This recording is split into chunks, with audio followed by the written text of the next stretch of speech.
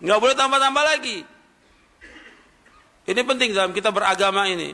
Karena kalau kita lihat, semakin hari kok banyak tambah-tambahan. Semakin hari kita berpikir ya itu mungkin kerjaannya dari ahlul bid'ah ya, nambah lagi. Ternyata ada sebagian ahlus sunnah juga udah mulai ikut-ikutan nambah-nambah dalam beragama ini. Nggak tahu dia belajar apa itu. Ya. Sampai punya gelar lagi. Kok nambah-nambah ini, kok ikut begini. Padahal lagi agama Islam sempurna. Dan dia hafal ayatnya, al-yauma akmaltu lakum dinakum wa atmamtu alaikum ni'mati wa raditu lakumul islam dina. Pada hari ini aku telah sempurnakan bagimu agamamu, aku telah cukupkan nikmatku atasmu, dan aku ridho Islam menjadi agama bagimu. Sempurna agama Islam. Kalau ada orang menambah-nambah dalam agama ini, membuat satu ibadah, membuat satu perayaan, membuat satu acara zikir, sholawatan atau bid'ah yang Nabi nggak contohkan, berarti pada saat itu dia menuduh Nabi Muhammad apa? Khianat. Orang yang mengadakan yang baru dalam agama menuduh Nabi Muhammad apa? Khianat. Seolah-olah ada agama yang belum Nabi sampaikan. Sedangkan agama ini Nabi sudah sampaikan semuanya. Kemarin saya bawakan satu hadis yang diriwayatkan oleh Imam Tabrani dalam Mu'jamul Kabir, sahabat Abu Dzar radhiyallahu anhu, Nabi bersabda, "Ma baqiya syai'un yuqarribu minal jannati wa yuba'idu minan nari illa wa qad buyyina lakum." Tidak tersisa sedikit pun. Enggak tersisa sedikit pun. Apa saja yang membawakan ke surga sudah dijelaskan kepada kalian. Apa saja yang membawakan ke neraka sudah dijelaskan, lengkap agama ini. Lengkap semua. Enggak boleh tambah-tambah. Ketika orang menambah-nambah dalam agama ini, dia menuduh Nabi Muhammad khianat. Dan orang ketika melakukan perbuatan bid'ah, bid'ahnya dibilang apa sama dia? Hasanah. Dalam Islam enggak ada bid'ah hasanah. Nama orang ada hasanah. Ibu hasanah. Kalau bid'ah enggak ada yang hasanah. Nabi bersabda apa? Kullu bid'atin dhalalah wa kullu dhalalatin finnar. Setiap bid'ah itu sesat, setiap kesesatan tempatin neraka. Nabi yang bersabda demikian. Kok tiba-tiba ada orang yang mengatakan ini baik?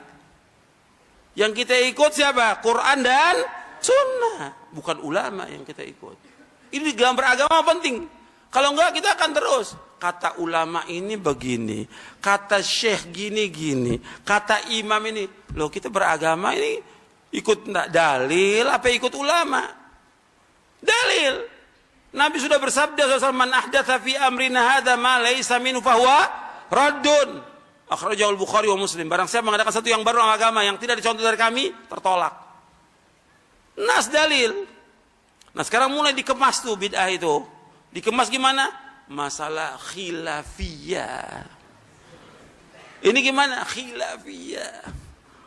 Saya pikir yang ngomong itu kalau memang di ahlul bid'ah, kiai-kiai ahlul bid'ah, memang biasa dia. Sekarang yang udah sekolah, ya, punya gelar khilafiyah. Ya bid'ah tetap bid'ah, nggak ada khilafiyah.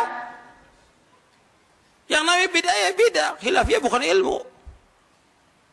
Kalau sudah jelas dibilang bid'ah ya bid'ah. Jangan dibilang khilafiyah. Nanti dibawakan ya hadis yang nggak ada asalnya. Ikhtilafu ummati rahmatun. Nggak ada asalnya, bukan sabda Nabi itu. Sallallahu alaihi wasallam, bukan sabda Nabi.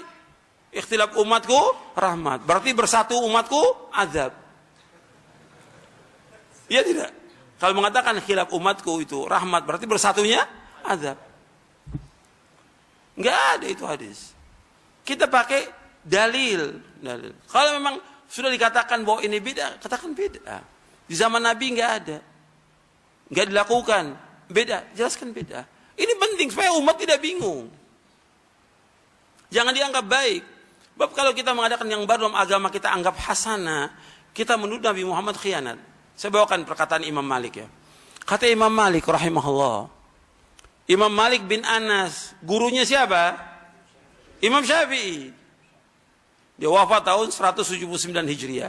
Kata Imam Malik bin Anas, "Man ibtada'a fil Islami bid'atan yaraha hasanatan faqad za'ama anna Muhammadan SAW khana risalah." Fa inna Allah yaqul al-yawma akmaltu lakum dinakum wa atmamtu alaikum ni'mati wa raditu lakum al-islam dina. Kata beliau, fama lam yakun yawma idzin dina fala yakunu al-yawma dina. Ini perkataan ini dimuat oleh Imam Asy-Syatibi di dalam kitabnya Al-I'tisam. Perkataan Imam Malik ini dimuat oleh Imam Asy-Syatibi dalam kitabnya Al-I'tisam di juz yang pertama.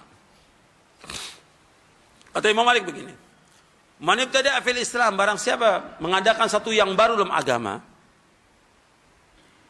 yang baru dalam agama, yarah hasanatan, yang dianggap bid'ah itu apa? Hasanah, kata Imam Malik. Yang orang itu menganggap bid'ah itu apa? Hasanah. Faqad za'ama anna Muhammad SAW khana risalah. Maka sungguh dia telah menuduh Nabi Muhammad apa? Khianat. Fa inna Allah yaqul, karena sungguhnya Allah telah berfirman dalam surah Al-Maidah ayat 3, al-yawma akmaltu lakum dinakum wa atmamtu alaikum ni'mati wa raditu lakum al-islam madina. Pada hari ini aku telah sempurnakan bagimu agamamu, aku telah syukurkan nikmatku atasmu, dan aku ridho Islam jadi agama bagimu.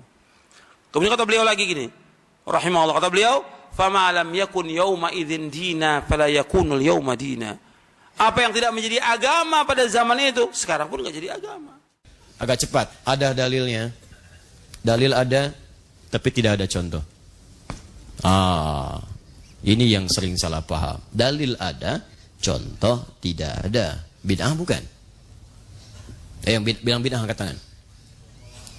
Allahu a'lam. Baik. Bukan Allahu a'lam, ada ya, ada artinya. Ada artinya. Lihat sini. Karena ini sekarang sering muncul istilah, kalau tidak ada contoh itu bid'ah. Enggak ada contoh itu bid'ah. Padahal banyak dalil yang Nabi belum tentu mencontohkannya. Kenapa Nabi tidak mencontohkan langsung? Karena boleh jadi hal yang dimaksudkan teman-teman sekalian tidak sama, tidak cocok antara apa yang Nabi kemudian rasakan dengan yang umat akan jalani. Seleranya bisa beda, bisa lain. Contoh, dob, daging dob yang mirip dengan biawak penampakannya, ya. Tapi dob beda antara biawak dengan dob, ini lain. Di padang pasir, Khalid bin Walid itu tiba-tiba dengan Nabi berjalan dalam satu ekspedisi militer. Kemudian setelah itu beliau menombak dob, ditombak, dibakar, dihidangkan pada Nabi. Begitu dihidangkan, Nabi tidak makan, diam aja. Nah, Khalid sangat pintar sekali.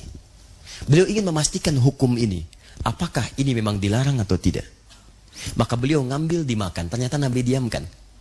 Nah, dalam hukum usul fiqih ada yang disebut dengan takrir. Takrir itu ketetapan Nabi pada sesuatu yang tidak beliau melarang, tidak juga mengiyakan. Ini menandakan itu boleh dilakukan. Sebab kalau dilarang, itu seketika Nabi akan katakan jangan makan, itu haram. Tapi ketika Nabi diamkan makan di hadapan Nabi, dibenarkan oleh Nabi, sekalipun Nabi tidak makan untuk mencontohkannya. Kata para ulama hadis, kalau itu memang boleh, kenapa Nabi nggak makan? Persoalannya Nabi nggak selera makan dob. Kalau ada kambing, kenapa makan dob? Kalau ada ayam, kenapa makan dob? Terus kenapa Khalid makan? Persoalannya Khalid itu jenderal perang, lebih banyak di lapangan dibandingkan dengan di tempat-tempat masyarakat. Kalau suasana perang, itu jarang menemukan kambing guling. Kambing guling, kambing bakar, kambing terlentang, nggak ada. Repot menemukannya. Kalau tidak tahu mana yang mau dimakan, mana yang tidak, bisa kelaparan. Dan ini nanti petunjuk bisa digunakan oleh pasukan-pasukan kita di masa yang akan datang. Tentara Muslim, pasukan khas kita, misalnya ada Kopassus, ada Paskas, ada Denjakannya, macam-macam keluar, gerilya, perang gerilya. Dan kalau tidak tahu hukum seperti itu, bingung nanti. Mau makan, takut haram. Mau makan, takut haram. Kata musuhnya, gak usah ditembak, ntar mati sendiri, lapar. Repot. Nah, jadi tidak setiap yang tidak dicontohkan itu bid'ah, tidak. Kalau ada dalil, itu masih boleh. Masih boleh. Yang keempat, contoh sudah tidak ada. Dalilnya samar. Dalilnya samar. Contoh sudah nggak ada sama sekali. Dalilnya samar, nggak kelihatan langsung ada. Bukan tidak ada, tapi harus mencari dulu, berliku, baru ketemu. Oh, ini maksudnya. Bahkan harus menemukan cara untuk mencari dalil itu. Pencariannya Bisa menganalogikan apa yang disebut dengan kias namanya. Dianalogikan dengan dalil yang sudah ada untuk menemukan hukum yang belum ada. Contoh, sering saya sampaikan. Kang Emil, zakat pakai apa? Zakat pakai apa? Kalau zakat, kalau misalnya zakat fitri kemarin Ramadan pakai apa? Pakai uang dan beras. Pakai beras ya, kayak uang. Baik. Pernah Nabi zakat pakai beras? Nggak ada. Bid'ah.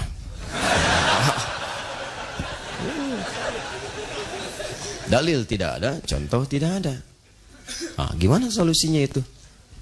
Dulu nggak pernah ditemukan. Kalau nggak percaya silakan cari di kitab hadis. Hadis paling palsu pun cari silakan. Anda sampai kiamat kurang 2 hari nggak akan pernah menemukan ada Nabi zakat pakai beras, mustahil. Nabi itu cuma 2, kalau tidak pakai kurma, gandum. Sekarang pertanyaannya, kalau saya zakat pakai beras, bid'ah atau tidak?